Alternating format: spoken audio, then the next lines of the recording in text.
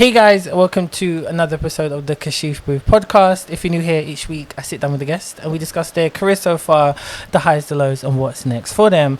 Today we are talking to Samuel Williams. He is a actor, comedian, writer.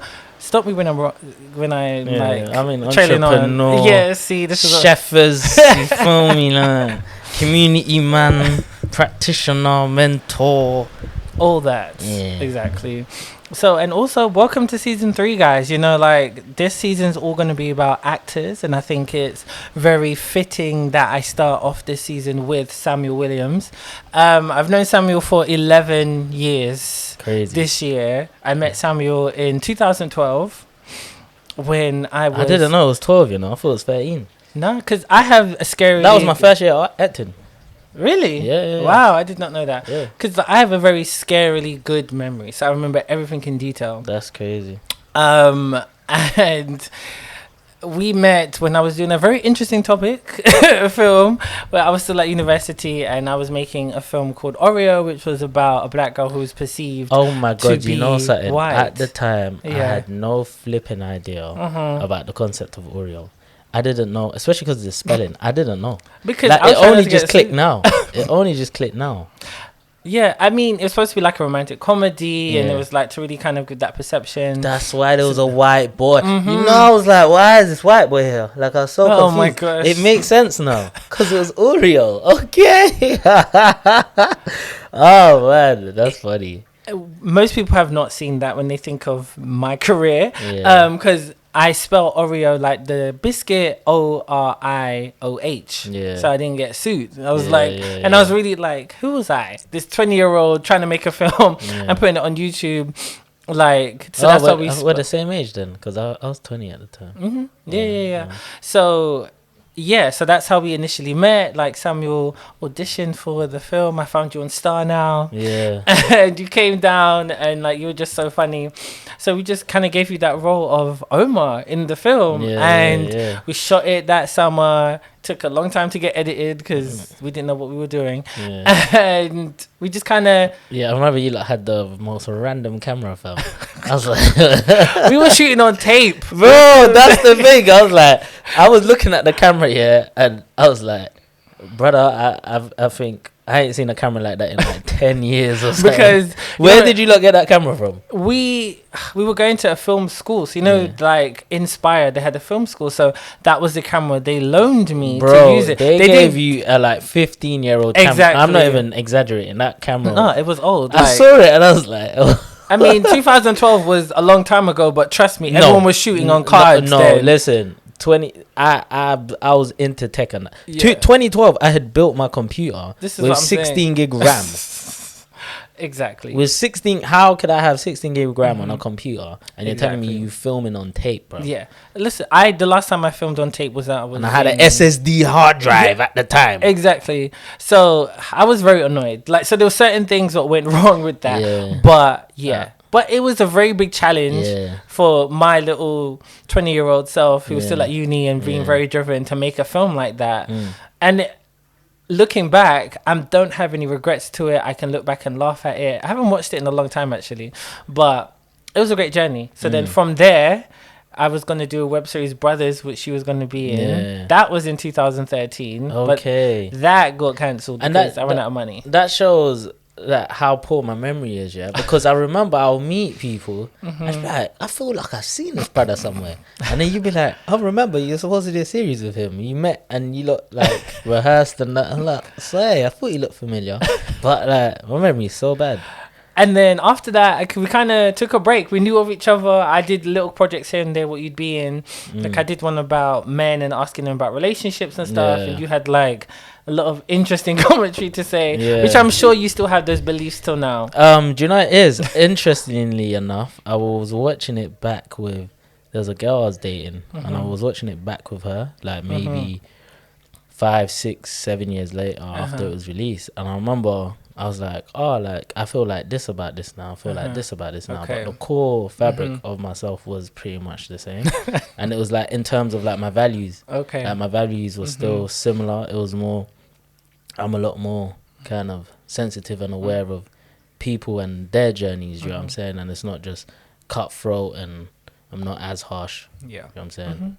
And then after that, it led to, I would say, not the biggest project I've done, but what I was best known for a long time, which was my first web series, Nate and Jamie. Yeah. And that was an interesting way that came together because Josh, who plays Jamie in the show, he told me a story about the very first episode we shot, what was the comedy sketch in that little studio thing we did, and I just built it around what he told me because, again, I have scarily good memory. And mind you, when we shot that in 2016, he had told me that story in 2014.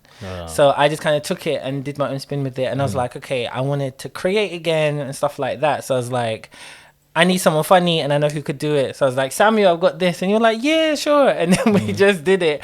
And I remember us putting it out and you were one of the people to send me a lot of feedback on it, like what people were saying about it and stuff. And you sent me like overwhelmingly a lot of messages of people saying, I want to see part 2, I want to see more. And that is the reason why I turned it into a web series. I had it's crazy because I don't remember you wouldn't, but that's what I wanted to tell you. I had no idea. And it's very fitting that today when we're recording is 5 years when Nate and Jamie won its award. So it's like, it's very, it's just like, okay, look at that. Full that was moment. January, isn't it? January the 14th. So wow, it's the 14th today. Yeah.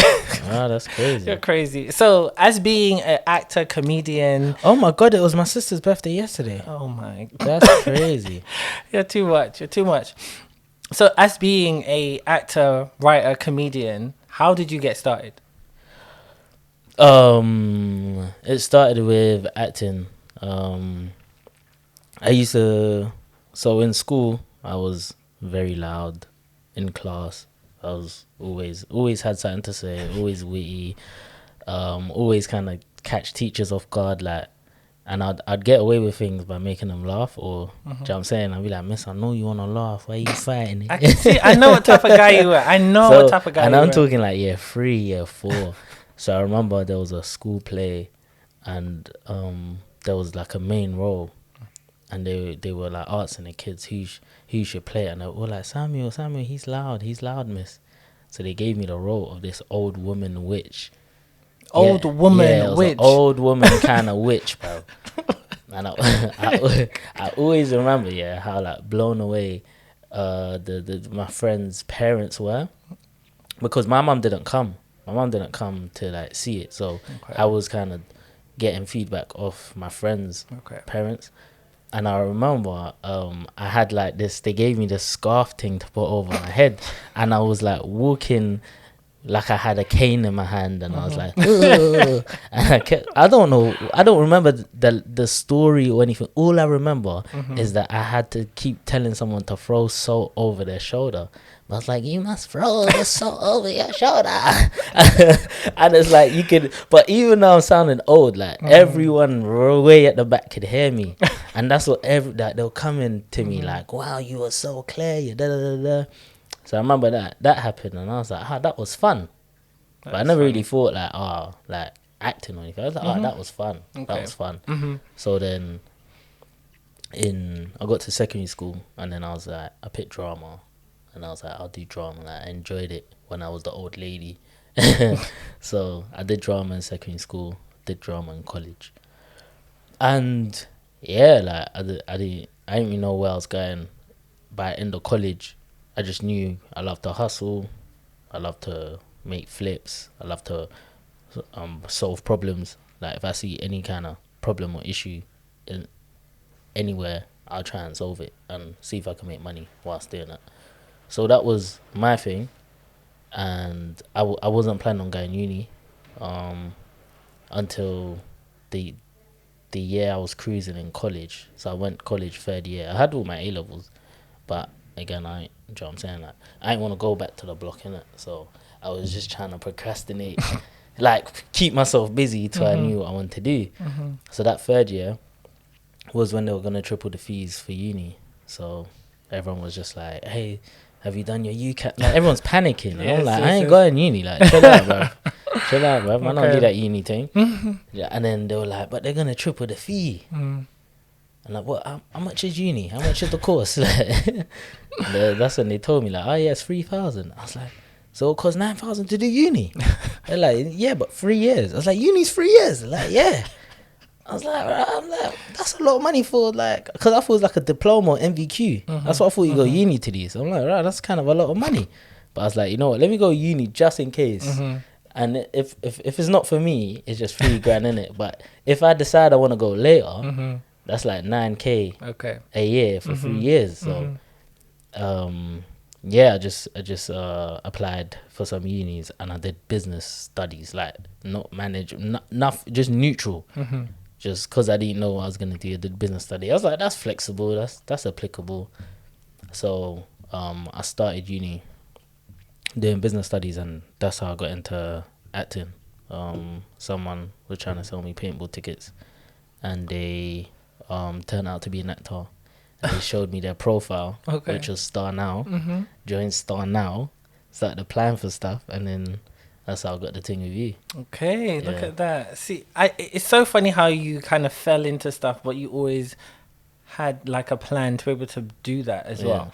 Because the thing with somebody like you who's naturally funny, boisterous, you're just your personality is big, to be able to make people laugh. So it kind of makes sense that you are an actor now as well. Yeah. So I think that's really good to hear. What's interesting about what you say or said is what happens to me often, where if someone finds me funny and then they find out I do stand-up comedy, they say, oh, that's why you're funny.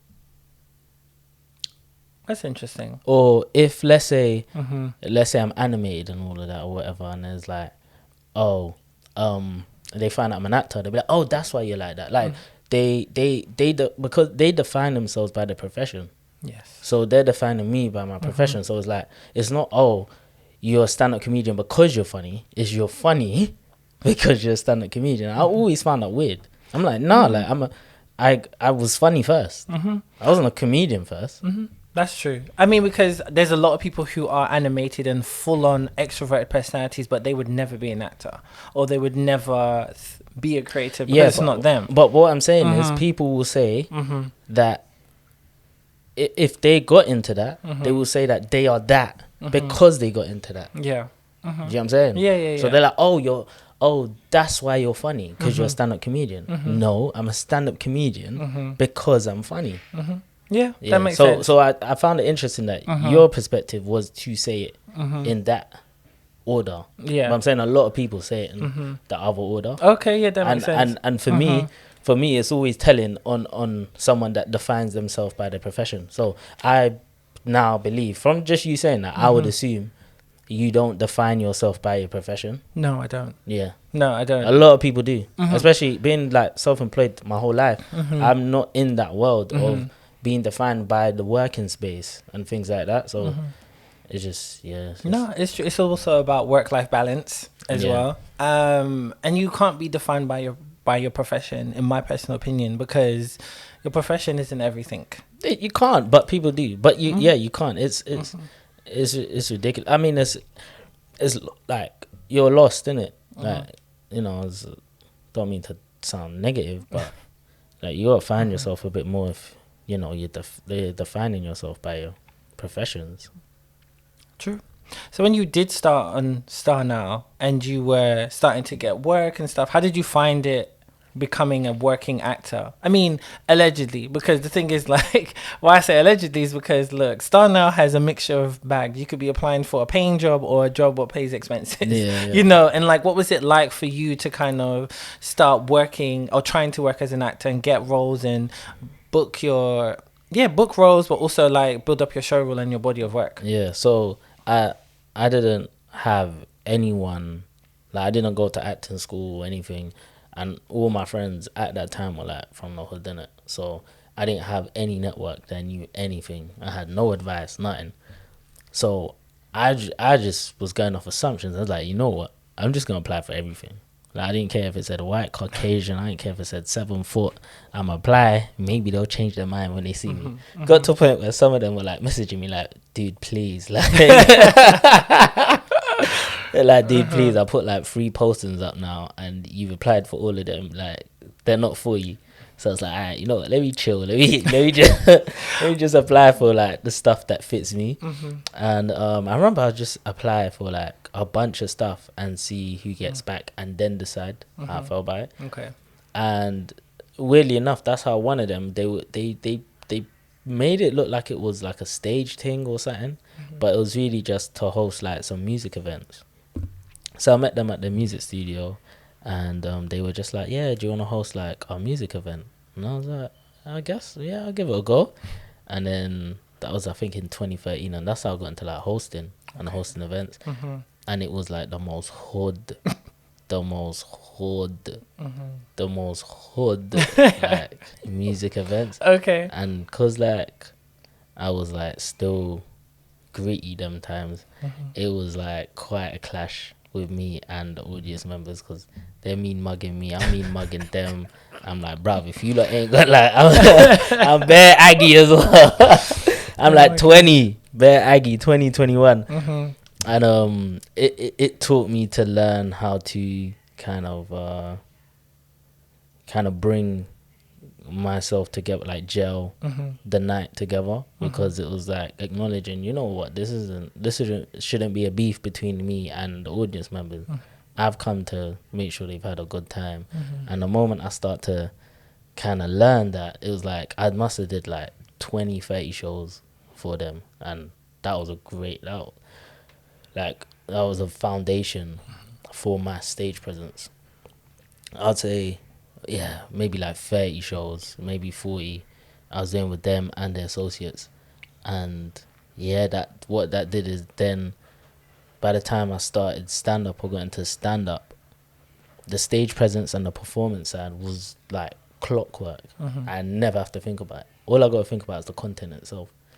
But yeah, I'd say it almost was like artist development, if that makes sense. That makes sense. Yeah. So how did it go from, okay, you're applying for roles for acting, you want to build up your show role, to then being a host, to then being a comedian? Because like we said, if you work with Samuel, you know that he's going to be bringing the energy on set, making everyone laugh. See, I used to think it was just you until I started to listen back to outtakes or bloopers of myself, and I'd be in the background causing a mess as well.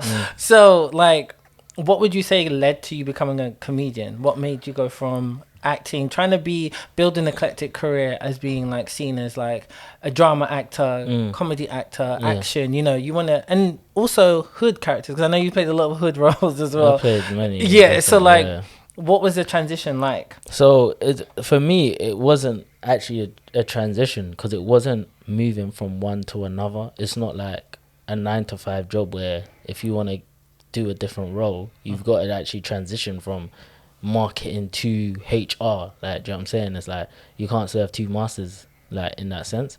With this, it was more adding to my crafts, adding to my hobbies, adding to what I enjoy. So it was a thing where it wasn't, okay, I'm going to be a stand-up comedian now instead of an actor. It was like, this is something I've always wanted to do, I'm going to do it.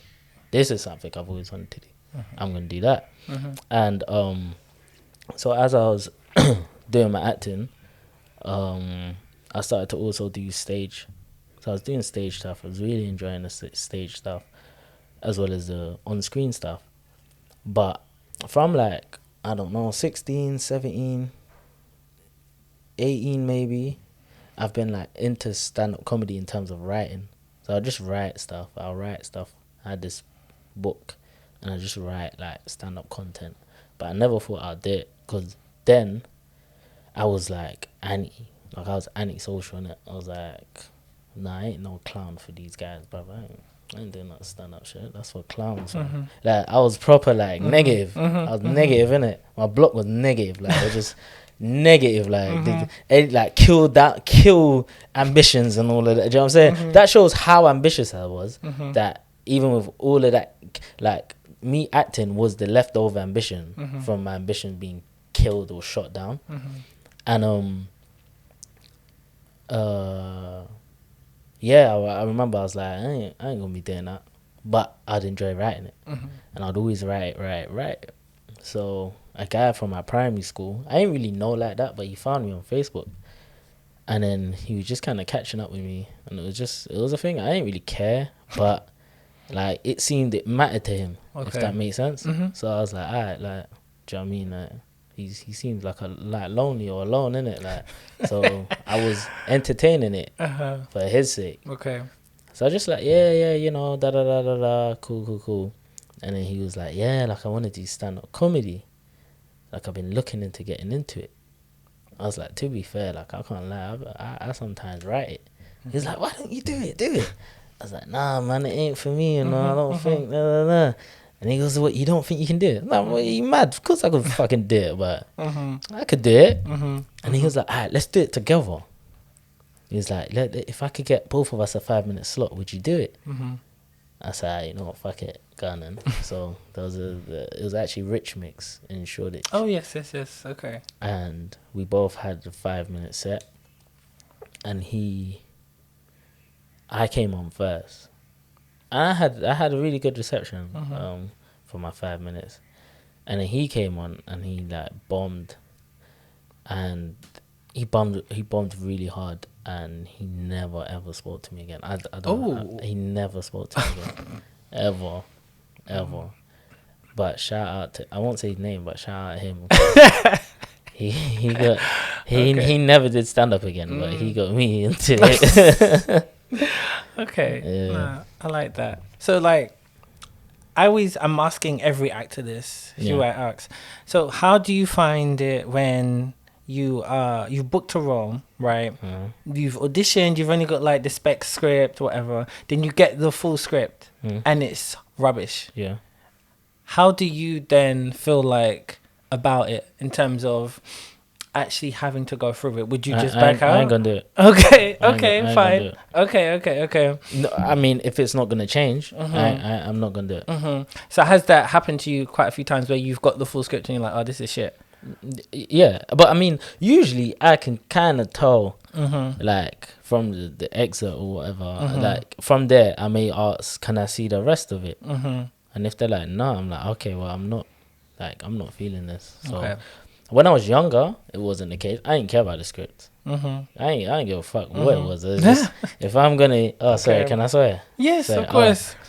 But if whatever it was like half bread was better than no bread, innit? Like I need content. Yeah. Do you know what I mean? I need to show, this is what I can do. Okay. So I didn't care about the script, I didn't care about the equipment, all of that. But then as time went by and I actually have myself filmed and you can see what I do after that. Yeah, if I didn't like the script, no. Okay. No. Okay. The reason why I asked that is because this is my own personal like thing. Like I stopped writing because I was so insecure about what I was writing. So I didn't like how it was coming out, and then it would also be like hearing just snide remarks, and so like, and knowing that you weren't able to like, what's the word? I wasn't able to, the end product wasn't able to match what I wanted or what the actor wanted. And so it made me have huge anxiety when we were working together. Not saying it's on you, but just like it was one of the huge anxieties. Oh, with you and I? Not you and I, but just like in general, when we were working specifically like on Nate and Jamie that time. And so, and then especially season 2 of Nate and Jamie, because it didn't turn out the way I wanted it to, but I was so insecure about how limited the production quality was in the first season that I felt like, okay, I needed to bring on other people to do this. Yeah, I'm with you. But everyone else said, like Serafina, who I've mentioned loads of times on this podcast, who wrote and directed Talia Versus, or Carl, who was our DP, he was like, you're fine as a director, but you just needed a good DP and stuff like that. So that's why I wanted to know. Just wondered, because it's good to just ask. I didn't know what was happening till it was happening. Of course, I didn't know he was directing. Or me, I'm the guy. I'll just pull up and I'm ready to go. So I remember I was like, "Oh, this person's directing this episode." I was like, "Oh, okay, cool." Like directing. Then there was other episodes, and it was someone else. I was like, "Oh, okay." And for me, like the reason why it worked for me was you acknowledge, you know what, Samuel, I like your sense of humor. So if I was like, this would be funnier if, or can I change this to this, and you're always like open to it, and that always allowed the script to be to my taste, where it's like the general script is the general script, but then it's like my scenes, because man's not trying to rewrite your whole thing, innit? But my scenes is like, let's do this or da da da. And you always gave me creative freedom, so I always enjoyed like filming Nate and Jamie. I never had, but again, I'm outspoken, so I was never really your face. Yeah, because I know. So I was never like suffering in silence or frustrated, or like probably everyone in the room would be frustrated before I am, because I would share my frustration, and that may frustrate everyone. But I've got it off my chest. You know, do with that what you will. So as we've known each other for such a long time, I'd love to know why, when every time I went back to you with a project, why did you say yes? Tell me the projects and I'll say why. Okay, Oreo did not turn out good. Okay, and then yeah, just do you know it is from the very beginning I believed in you. Really? Yeah. Okay. So for me, it was like I believed you were. You know, there's some people, and it's like, oh, like they have it, or like they have it, yeah, accomplished, da, da, da, da. Okay. And there's some people, the way they're driven, you're like, I don't know when, I don't know how, but they're gonna have it. And it was like that with you, where I believed in you. I trusted the process in terms of the process you were taking. I was like, eventually, this brother's gonna get it, and it's gonna click. So because of that, because you're so determined, you're so willing to bet on yourself. That's another thing, like you bet on yourself all the time, and that's something I do. I would, you know, because I do think highly of myself as a person. I respect people that remind me of myself in terms of my good qualities, and one of them is I bet on myself. Do you know what I mean? As in, like, I put money where my mouth is in things I believe in or want to do, and I watch you do that, and I've seen how much I was able to grow and flourish in certain areas by doing that. So for me, it's like, it's a no-brainer. This brother's gonna flourish eventually because he keeps betting on himself, and it's like, it's the law of averages. So you keep trying, eventually it's gonna come through. Yeah. And it doesn't matter how many times it failed before that. The moment it succeeds, it succeeds. And no one's counting how many times it failed. True. Right. Well, so that's good to know. It's always interesting because like, especially when you see like actors and directors or actors and writers, they build sometimes such a close relationship, and they just can build that rapport with each other, and they just work together on loads of different projects as well. So how many times have you done that with other people you've worked with? Like, you're by far the longest. Oh, really? By far the longest relationship I've had with it. I mean, when I think about it, the rapports I have with directors now, I'd say are from like 4 years after you onwards. 4 years after you onwards. But it was you from 2012 to 2016. I want to say just you. Okay. Wow. I want to say just you. And I think maybe it's because you were willing to tolerate me at the time, because I was still kind of, what's the word, rugged. Like I was very informal. I was not punctual. Do you know what I'm saying? I was just raggo, fam. Like, I would just pull up, just eating wings like 3 hours late. It's like, what you man saying? Yes, I remember that. I remember you walking into rehearsal with just like food, and it was just like, what? Yeah. But the thing is like, I did tolerate a lot, and it was because like I had deep rooted anxiety. I had like making Nate and Jamie was the best and worst time, because like, I had huge anxiety, especially during season 2. I couldn't even tell. Like the exec producer of that show, like, she knew what I was going through. So, and like, it was huge anxiety because the year we shot season 2 of Nate and Jamie, like, I wanted it to like really be amazing and like look great and hit all the points that I wanted it to hit, because we had won the awards. I felt like, okay, there's so much spotlight on the show now to kind of see where we could go with it. And it just was just a mess. Like, so making the show and then trying to make it so that you're pleasing everybody else, like the actors and the audience and your team. So it just felt like you're letting everybody down. And so that was like the biggest gripe of it. Even though like Nate and Jamie was great, it's the first one of the universe that I ended up creating. And it's crazy because I thought the shooting for season 2 went well. I thought it went smoothly. No, but this is production. This is why this is why pulling up, like, just exactly. But like, wow, the lighting's great. Look at this place. Well, it just wasn't. It just wasn't really. And so that's why. But it's like, what's funny about you as well in terms of like an actor, you're so far removed from Nate. Because like Nate is like so slow and dim-witted, and he has a lot of self-confidence because he thinks he's a good rapper and stuff like that. And that's like what we were saying before about like how you would be able to take the script to make it your own. Like I would purposely write the scripts to allow you to just kind of do your thing, especially with the raps. Like I could never do some of the raps. Like, was stupid. Do you remember any of them? Like the raps, they're all off the cuff, random. I think the main one, like, I think it was like the first one in the pilot. I think you said something like, "Boom, you've got claws. No, you got nails. We got claws, and they're long." And something like Neil Long or something like that. And I was like, what the hell are you talking about? Fair. And then you had, I even was watching it again the other day.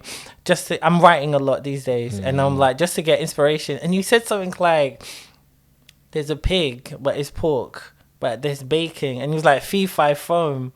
Farm, that's my fingers. And I was like, what?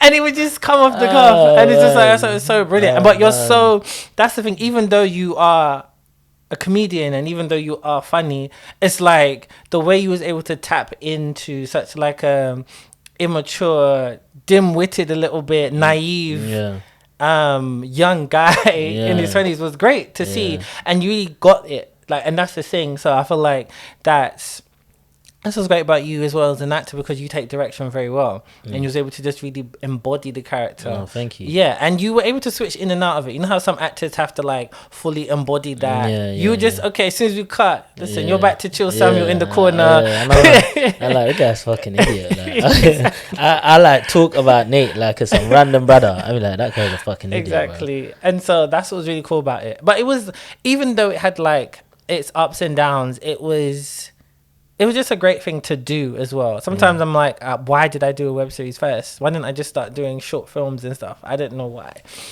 But it was great because from there I did the spin-off Imperfect, and then I did the spin-off Newlyweds, which finally came out last year. And it is good to look back on. Like, I did the post on my Instagram the other day, just like reflecting about the 4 shows that I've done.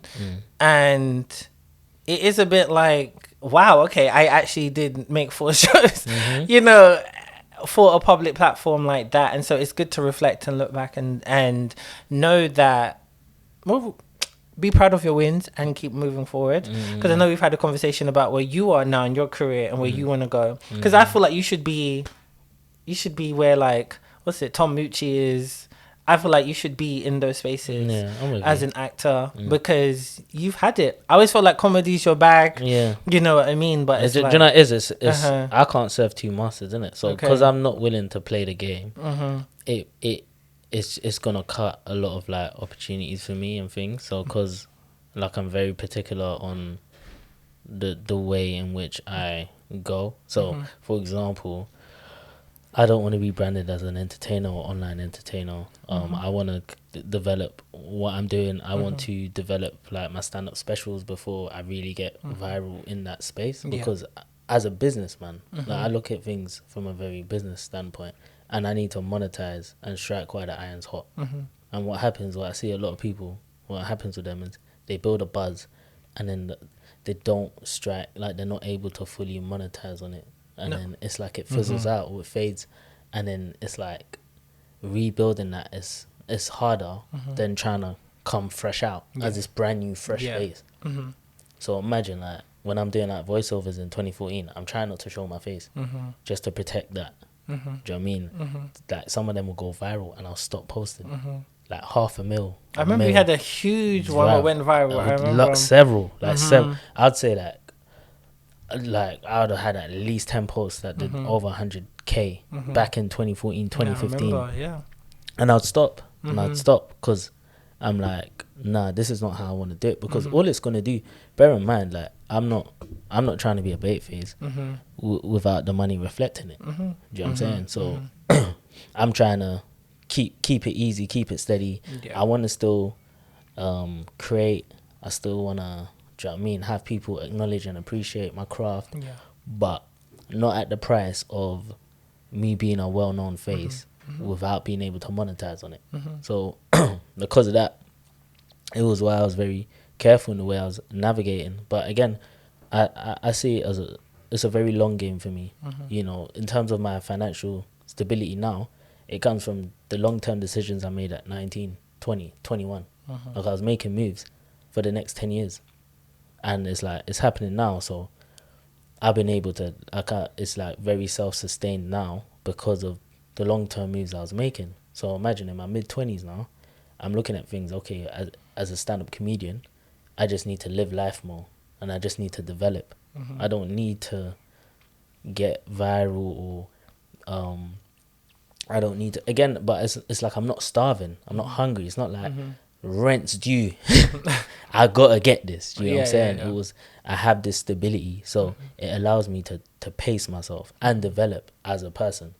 So like, if I was to have quote unquote blow up at 23, it's like, it would be a lot more chaotic and destructive than now. Do you know what I'm saying? Because of developing as a person. So, you know, my biggest success, I always say, like, my biggest success is my development as a person. That's the thing I'm most proud of. Like, I don't care how big I'd have got, I don't care how much money I'd make, it would not be a bigger achievement than my development as a man and as a person. And that's like the biggest kind of currency for me. So yeah, I don't even remember where I was. No, you went real deep with it, and it's good to hear your growth, because I think, as we said, we've known each other for a long time, and I've seen the young Samuel, I've seen the road Samuel. I'm starting to see a Samuel who's really grown into somebody who knows himself really well and is more purposeful than where you were before. And what you've been through has really shaped you. What you've been through as an adult has shaped you to where you are going now, and that's what I'm getting from our conversations, even up to recently as well. Because I think you did make a good decision stopping to do the viral stuff, because Tom Mucci was doing that, and then he stopped, and then really focused, honed in on his acting, got his agent, and now obviously he's doing his thing as well. Yeah, but what it was for me was it's like, it's different because like that's the angle they get their platform, like, as in, that's the platform that's going to propel them, where eyes are going to be on them. And I'm saying I didn't want that to be my platform. Well, not like that. You know what I'm saying? So, but the difference is nowadays, even if you do see somebody who wants to be a quote unquote actor, they will go viral for their sketches, but they're becoming an influencer and they're not actually becoming an actor. Exactly. So I get what you're saying, but it's like, that's the thing. No, I'm agreeing with that. Yeah, because when Tom Mucci and all you guys were doing it in like the early 2010s, there was no such thing as an influencer. It didn't really kind of come through until maybe about 2016. Well, definitely before our time. Yeah, it was like you were. Again, like I was saying, it wasn't. It couldn't be monetized. No, like that. you were just. It's like there's other guys like Mike's Comedy, Big Tipper, I think Ola Pence, Ola Pence. Like, Don't Jealous Me. Yeah, those were guys that were doing well in terms of like traction and impressions, but it couldn't really be monetized. No. So they're just known and recognized. They can't navigate life easily and well. And it's like, you need money to navigate life easily and well when you're bait faced. You know what I'm saying? Your target, you're just because people will see you. Oh, that's the guy who does funny sketches on Instagram, but yet you're in Sainsbury's stacking shelves. Yeah. You know, like exactly. That's funny. Yeah. But then, how are you gonna transition? Because I remember the conversation we spoke about where we were talking about your script, writing, like what's it called, transitions or no, transparency. That's it, transparency. There's another two I'm currently working on. Because I think it's great that you're writing scripts and stuff, and I've always said that, like, I get when you say that you don't want to be put in a box as an actor, because I remember you saying that you had done a lot of hood stuff and you felt like you were known for a hood actor, which I was surprised at. I thought you'd be more so known as a comedic actor, to be honest. So because I know you want to be seen more as an eclectic actor. And it's good to hear that you are going to do a comedy special, because, I did recommend that to you. Because I feel like that'd be really well done for you to do as well. And so what are you doing now to kind of get to that stage? So it's more it's me kind of betting on myself. So what it is I'm not banking and hoping for funding. So what it is I'm working on the sides on getting this money up. I'm talking like good 6 figures is like my target whilst I'm creating my content. So I'm writing my scripts, I'm working on my stand-up specials, I'm working on this stuff. I'll have it all ready, and then when the money's ready or whatever the amount is, I can put that into myself and invest in myself. And sometimes funding comes from doing that, where you've shown maybe the first one or the first two, and other people are like, this person's onto something. I want to come in. So be it if that is the case. But I wanna bet on myself just like you do. Do you know what I mean? No, do it. I mean, I did not listen. You're an entrepreneur. You know how to handle money way more than I did. I spent £30,000 of money I don't have making all those shows and stuff. But it's bread, man. So now I see you hustling and I see what you're doing, and I think that's great that you are doing it, because people will always turn to you and say, oh, but you can apply for funding, you can get this. Look, everybody is applying for that same funding scheme. And trust me, the more I have applied and you see the type of people who are getting it, or the people you need to actually get the funding, it's not worth it. Because you need somebody who's already established. They're not, when I say established, I mean somebody who ticks the boxes as, oh, they just need this so that they can go to that level, when they've already been into the huge film festivals and whatever. So, which is fine. I understand that, because everyone is in that transition period. You know what it is? But when you're giving out funding, you don't want to be doing lucky dip. No, do you know what I mean? No, because there's so many people that will just waste the money. Yeah, exactly. So it's like, who's a safe bet to fund, and the money would actually go far? It's just how they view us. It means that they're less likely to believe that the money wouldn't be wasted. But it's also the stories they are always commissioning as well, and that's the issue. I'm not trying to do, you've seen my content for years. There's no trauma ever in my work, or trying to tell a story where you're educating the audience about our struggles of this and that. It's like, there's more to black people than that. We do have joy. So yeah. Because it's interesting, because my free scripts as well isn't trauma. It's always like maybe events, engagement. It's just about engagement and events, but it's not, I mean, it's not that I wouldn't or it's bad, but it is a very prominent angle in our space.